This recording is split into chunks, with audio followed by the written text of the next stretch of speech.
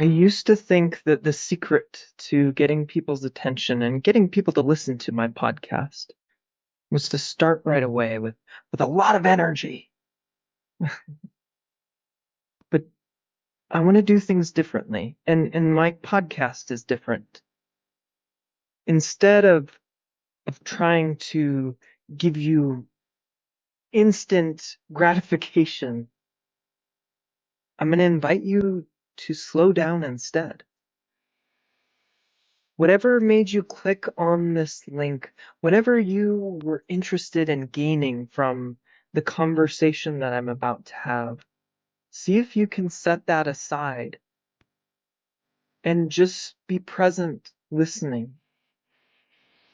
Instead of listening to it like you'd listen to other podcasts and try and get a whole bunch of ideas, listen to it like you would listen to poetry or music. You listen for meaning and for feeling. And I invite you to do this because I think if you do, in fact, I know if you do, you're going to see a very rich depth underneath the surface. This is the Rich Life Realization Podcast, where we explore the richest life possible.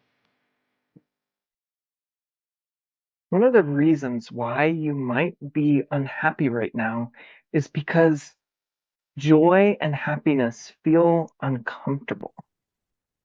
Now, what if there was an upper limit, this kind of glass ceiling that you don't know that you're hitting, and you pull yourself away from feeling good because it's not what you're used to? Well, we're going to be discussing that today. So if you would like more joy in your life, if you would like to have more connection, more of a rich and soulful experience of life, then this is the episode for you. I'll be having a conversation with my guest, Michael McDonald. He is a gentle warrior. So he's a transformational coach. He works with entrepreneurs, leaders, executives, and we had a really great episode last time. If you haven't listened to that episode, watch that one first, or heck, I don't care. Start with this one. You choose your own journey. This is a pick your own adventure type of podcast.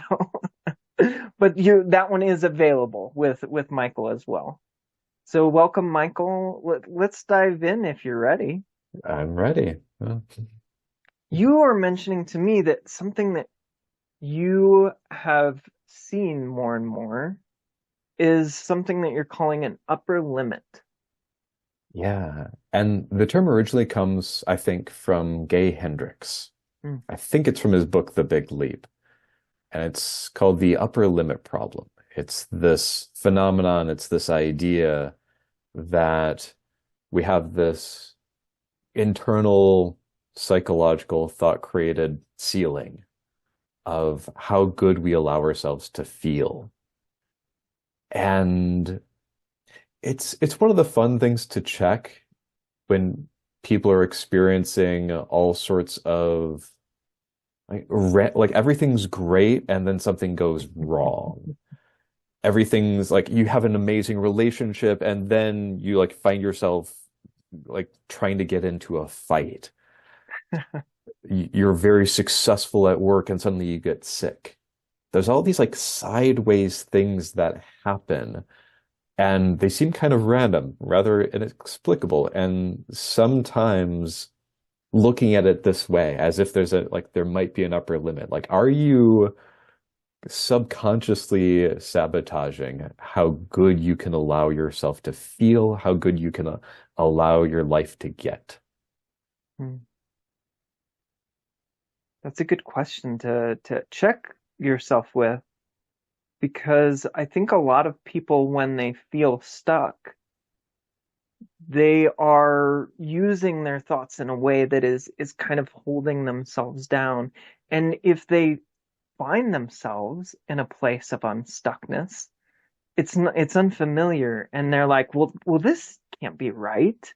And they're not like, they don't have that clear of a thought. They're not like, oh yes, we're going to analyze it, but they they realize it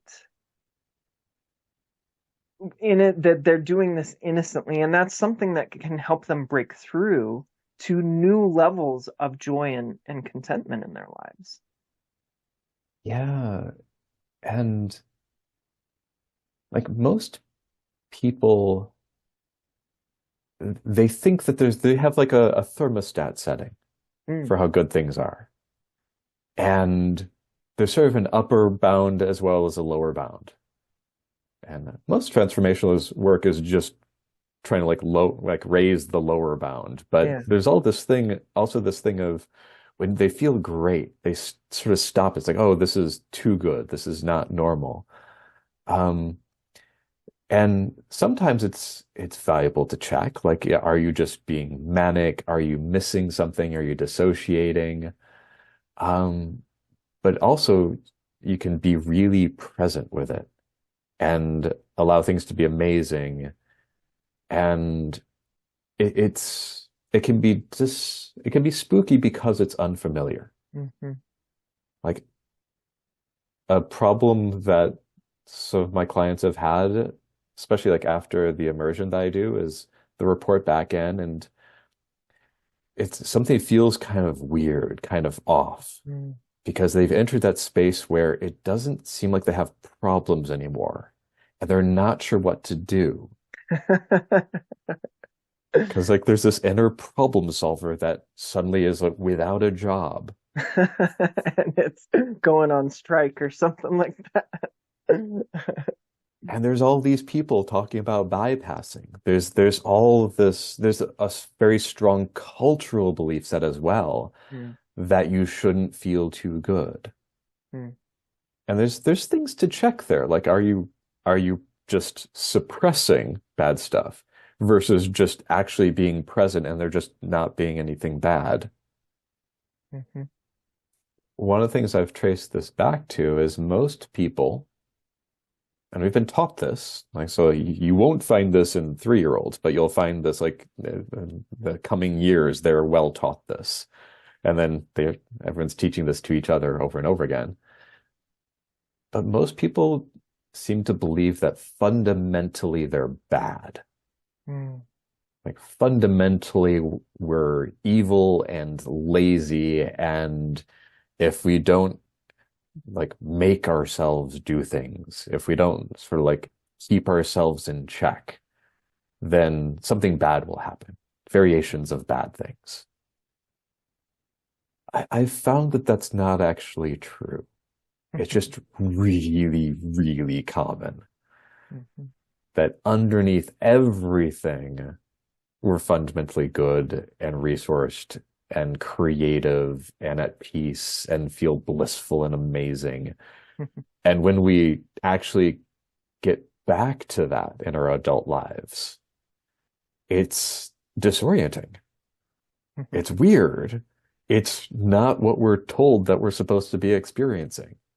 It's very not normal, even though from what I've seen, it's the most natural thing in the world. Well, I had one of my clients described it as a feeling of falling, that it kind of feels like I'm falling.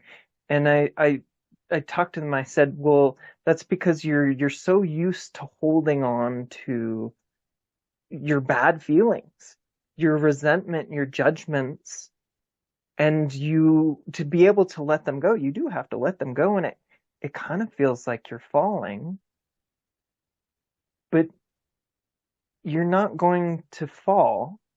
You're going to fly. You're falling, but there's no bottom. Yes, there's It's what is that quote? It's like the good news is that, or the bad news is that you're falling, there's nothing to hold on to, and you don't have a parachute. I think it's in a Michael Neal book. And the good news is that there's no ground. Mhm. I've heard it so many places. It might come from Zen, I don't know, or Buddhism. Hmm. or just a standard spiritual thing. But there's also like, and in a way, the upper limit problem is that the initial flailing, Mm, like I've jumped out of an airplane twice in my life. Actually, first time I actually jumped out on my own was just cool. Second mm, time I was strapped to the front of a person. But there's that couple seconds of no matter how much I intellectually know that I'm jumping out of an airplane, and I know intellectually how I'm supposed to put my body to catch the wind, basically. My body's like, oh, and freaks out and flails. mm, So the upper limit problem is that happening. Like, it's working. They're not Yeah. supposed to say yes. This isn't supposed like, is it okay if I'm this lucky? Mm, Is it okay for me to feel this good? Is it okay for this to be this easy? yeah. And when we interpret the flailing as something's wrong, I need to react. Mm, Some of the old patterns need to come back in and take over. It's like you find your way out of the box and suddenly you see the light and it's like, oh, bright, and you like run back inside. It's too bright. Like, oh, I love that metaphor actually because it's like you go out on a bright, sunshiny day and you're at first your eyes haven't adjusted, right? Like your pupils need to undilate and when you first go out, you're like, oh gosh. And so I think a lot of people they run back in when if they just spend a little bit of time, like you said, like slow down, then your eyes are going to adjust and you're going to be able to enjoy the sunshine. Mhm. And if you think that your nature is darkness, Mm, it's going to reinforce that, run away from the light, yeah. or the light won't last. This is temporary. Mm, I shouldn't get used to this. Enjoy it for the moment, but dark, dark, dark. Um, if you realize that your nature is the light and you encounter the light, no matter how weird and disorienting, perhaps even painful it is, there's a recognition of like, oh, okay, like there's something integrating here. mm, I'm shedding a layer instead of seeing the light being this is the wrong direction or this is too much.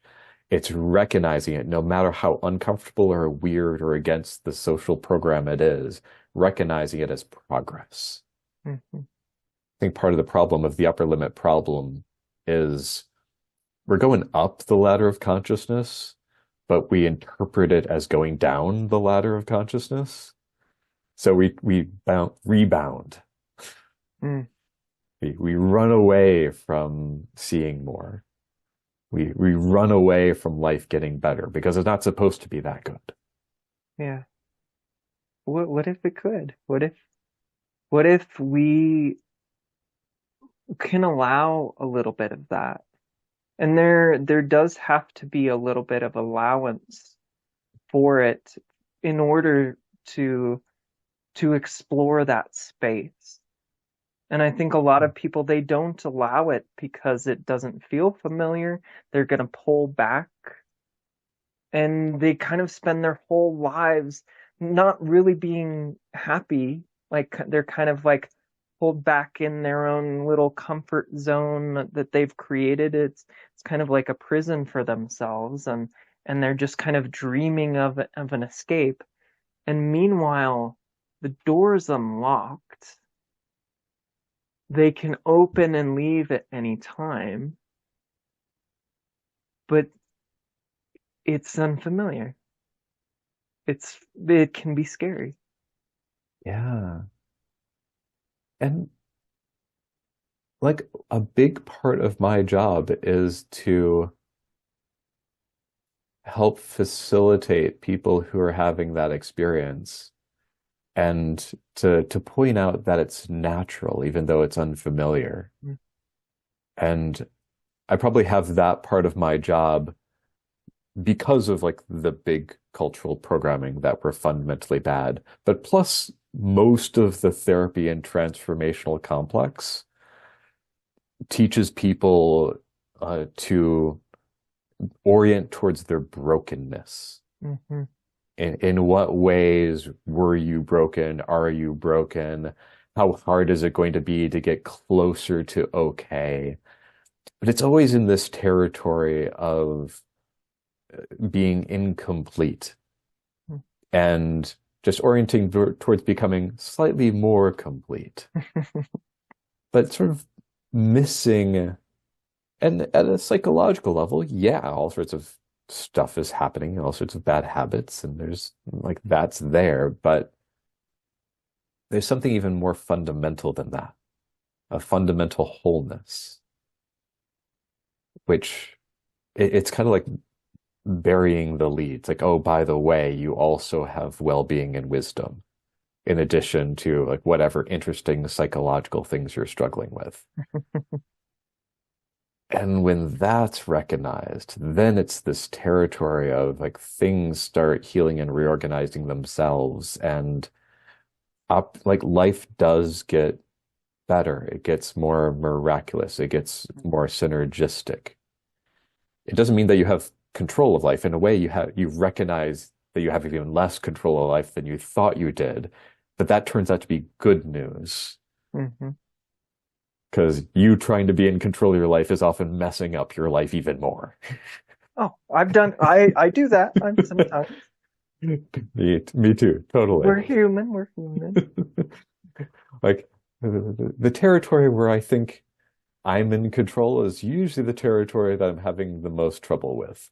Mhm. The Yeah. stuff where like, yeah, I don't know.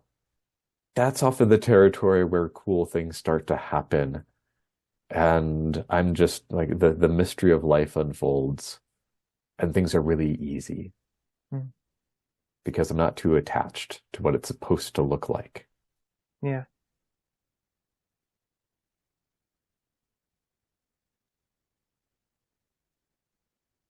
And I also think of it as like giving, part of my work is permission. Some of it's facilitation. It's like, oh, you're feeling great. It's like, okay, yeah, feeling great might feel really weird. These higher levels of feeling great or feeling peaceful. Mhm. But I've also learned that there's always more. So it's almost like expecting the next wave of upper limit, Mm. expecting it to get uncomfortable when things get even better, because there's always more. There's a lot of facilitation for when things are getting worse as well, but we're focusing on the upward possibility, which The good problem. few, yeah, it's like few people pay much attention to the challenges of letting yourself get better. Mhm. I'm reminded of the golden shadow. So there's like the shadow work, but most people focus on the dark stuff. It's like, oh, like the Mm. aspects of yourself that you don't want to admit that are like negative. But there's also the golden shadow. It's like, what if you're like what you think is out there, what you really worship or admire in other people? What if that's just a sign of something that you have? Mhm. Uh, like there's that Marianne Williamson quote, which unfortunately I can't remember verbatim right now, but um, like your We greatness. we are not afraid of our we're not afraid of our shadow. We are afraid of how like our magic, our greatness. Are Here, you gonna I look it just up? looked it Okay. up.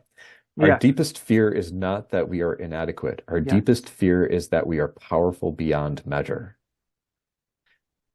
We are. Welcome to your greatest fear.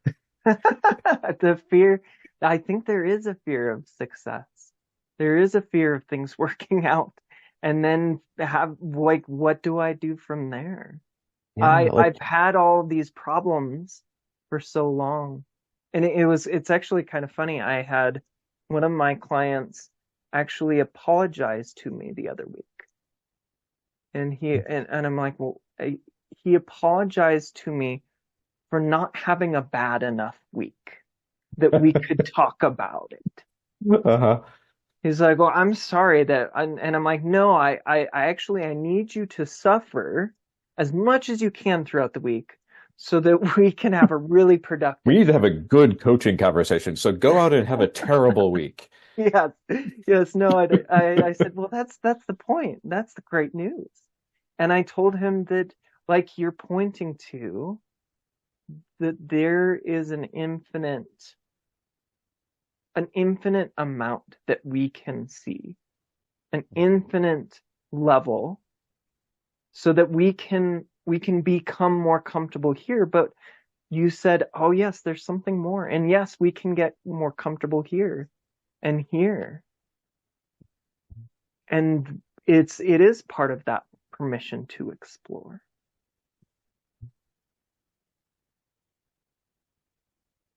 Yeah. So another thought I had, but I lost it. No, that's all.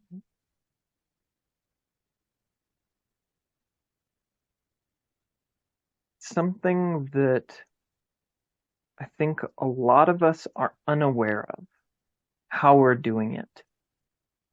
It just seems like the crap just keeps getting thrown at us. And we're like, oh, but we had a good day, but after that it was meh. But really your mind changed. The way that you're using your mind changed back to what's familiar. And even if it hurts you, you can hurt yourself with the way that you're using your own mind.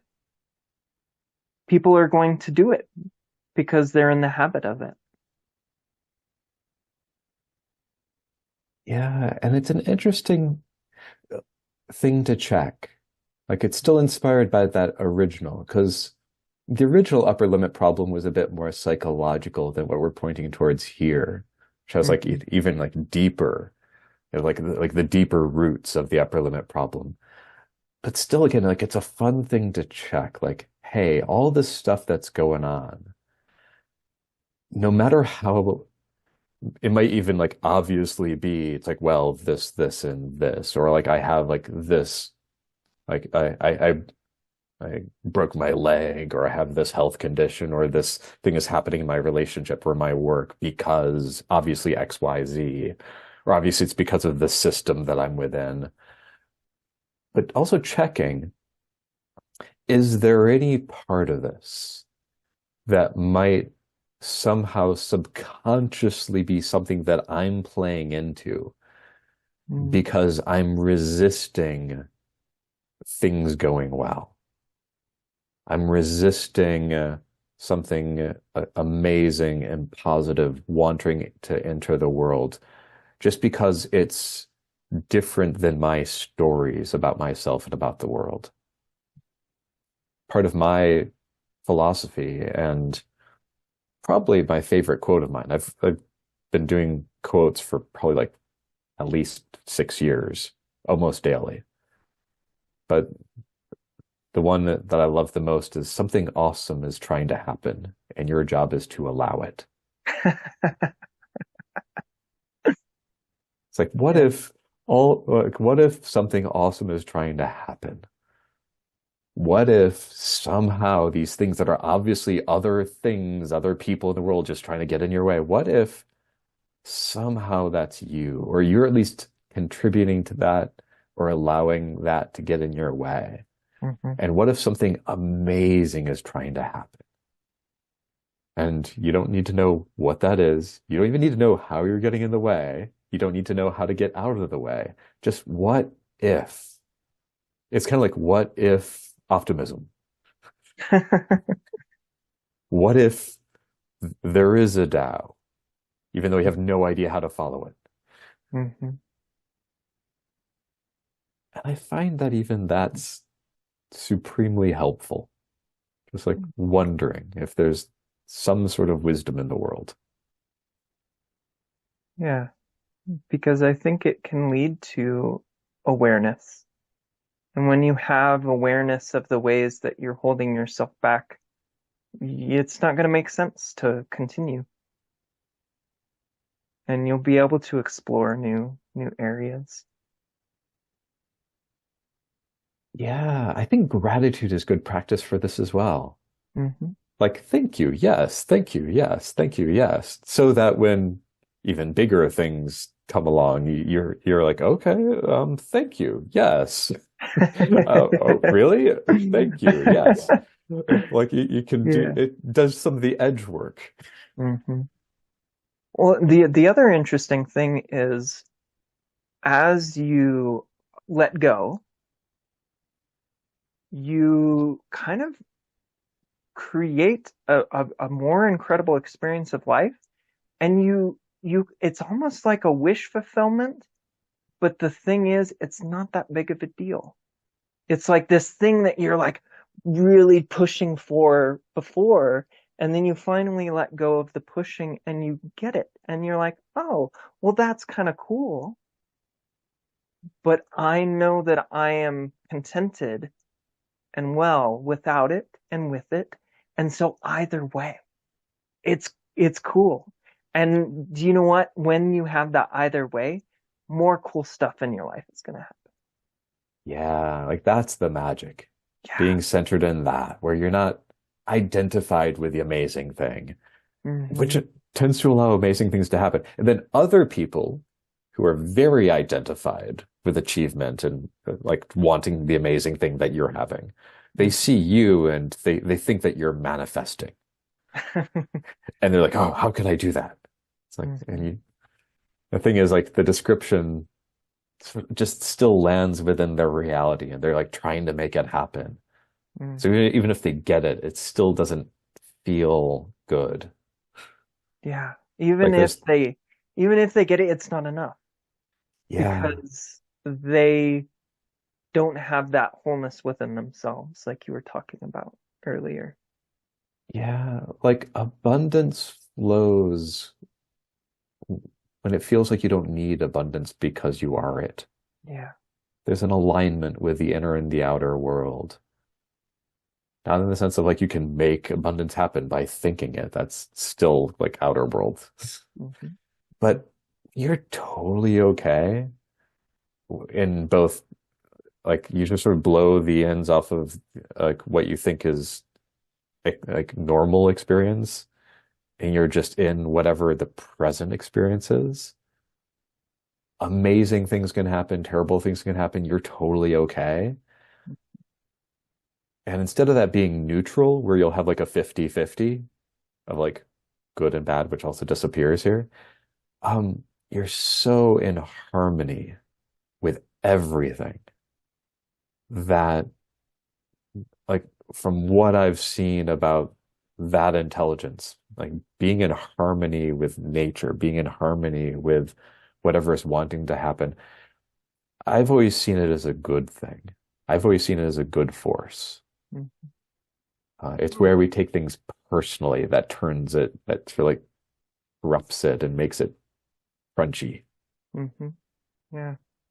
If we talk about the principles, would they say that the consciousness is neutral, thought is neutral, but mind is always positive. Mind is life word, is love, towards connection. Yeah. And and I like it. I think it's how the Pranskys talk about it as well. Neutral is positive. Mm. Like neutral, even though from the more intellectual standpoint, it's like neutral is just like, hmm. No, actually it's like neutral is like, oh my God. The neutral of like the a deeper, simpler recognition of how everything is intertwined Hmm. and moving. Like neutral is seeing the entire universe at once. Hmm. And it's kind of both the experience of awe and simplicity. Hmm. It's the paradoxical superposition of like, whoa, and hmm, I'm thirsty. I think I'll get a drink. It is the expansive, but also the human life too. Yeah, it's like two sides of the same coin Hmm. because it's like so amazing and so simple. It's neutral in the sense of not much thinking. It's neutral in the sense of being in the territory instead of the map. So you're just there. Hmm. It's like if you're just standing in a field, taking it in, like that's neutral. And when you're not in the map, it is a like the more that you're not in the map, I'm the more incredible and blissful and present it is. Cool. Michael, thank you for being on the podcast. The second episode, phenomenal too. Yeah. Check out the previous episode if you haven't given that one a listen right after this one, or contact Michael. How can people reach out to you? So there's my website, which is authenticintegrity.com, and my email address is michael@authenticintegrity.com. Hmm. Thank you, Michael. This has been the Rich Life Realization Podcast.